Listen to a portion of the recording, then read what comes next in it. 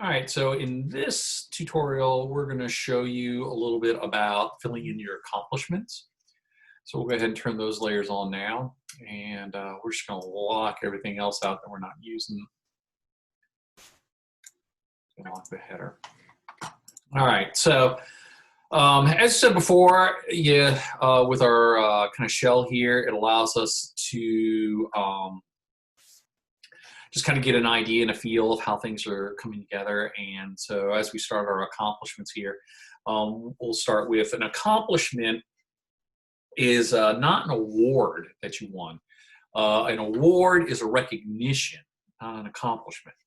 Uh, and it's good to clarify that, because what the accomplishment does is it starts painting for the supervisor that's going to consider this resume and consider you as a client, or rather not as a client, as a consider you as a potential candidate here for this job.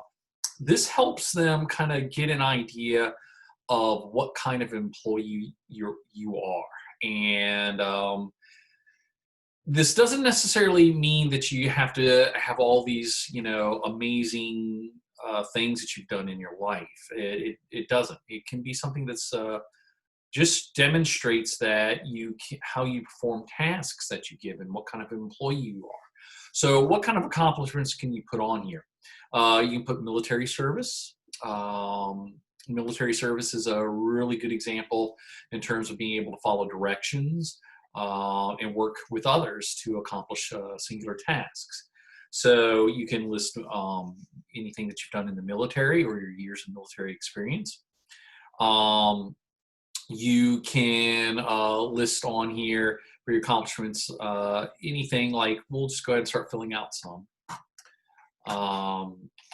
So we'll start with our Popeyes reference here, and we'll just go ahead and list as Popeyes. And your accomplishment, you don't want it to be a step-by-step sort of thing. You don't want to get really, really long. You only want it to be about 1 to 2 sentences. Anything longer than that, it's going to take them too long to read, and they already got to do this, and they got other things that they have to do. They got this application and 20 more behind it that they got to read through. So you want to kind of keep it short and to the point. So we could say anything like an accomplishment. You could be said named employee month 3 months in a row. So you're named employee of the month for 3 months in a row. That's an accomplishment. Now, you might think employee of the month is recognition, and it technically kind of is, but employee is the key word that you get out of that.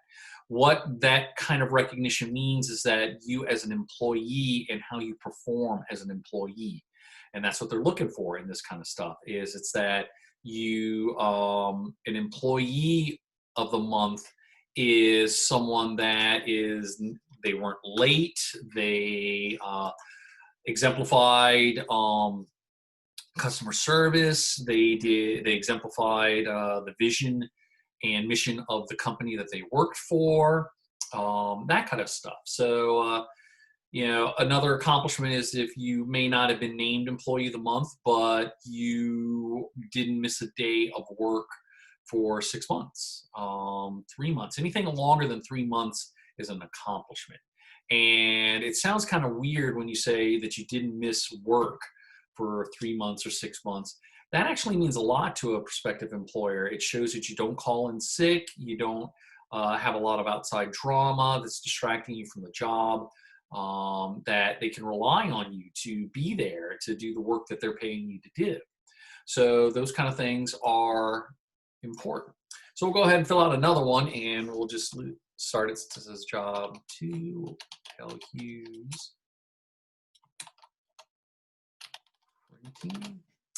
And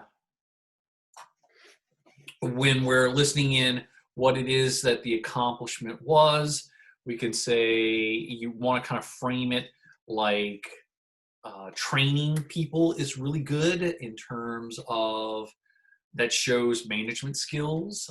It shows that they trust you. And just generally speaking, an accomplishment is when your boss comes up to you and says, I need you to stop what you're doing and put your attention on this and get this job for me. And we've all experienced that kind of day. And so that's kind of what they're looking for here. They're looking to see that you can be given tasks, that you've demonstrated maturity in higher critical thinking skills, that you can work on bigger tasks, and you can work on these tasks with little supervision, that they can come back, maybe make a couple of changes here and there, but otherwise you can perform the tasks unaided. And in a lot of ways, it's showing, when you're given those kind of tasks, it's your employer showing that they trust you because you have demonstrated a lot of those skills already. So we'll just make up one here for Pell Use Printing and say that after 3 months, I was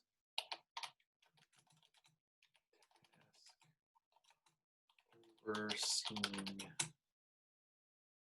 a independent brochure for the Arthur Hardy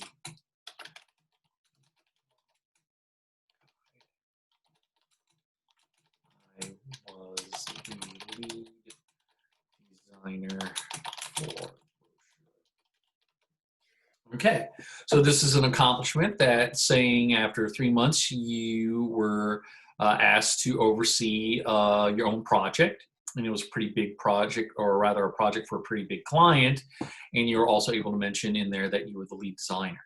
So here we have another accomplishment, and that's kind of what you're looking for with your accomplishments. You should have at least 3 accomplishments on a resume. It's a good resume, and as you get more experience, you would drop off Popeyes. You would maybe even drop off Pell Hughes as you get more experience under your belt. And you can always adjust it up, as we talked about. If you needed more space, you could adjust these up a little bit and expand so that you would have more space to fill in more accomplishments, or vice versa. You could drop experience down or whatever, but you're not having to do this complete rewrite or redesign of the whole resume, the layout, because you got it all knocked out with your shell by using a lot of your placeholder text and typesetting your placeholder text to begin. And so that's pretty much it in terms of laying out your resume and the stages for laying out your resume. And we'll see you back here for other tutorials.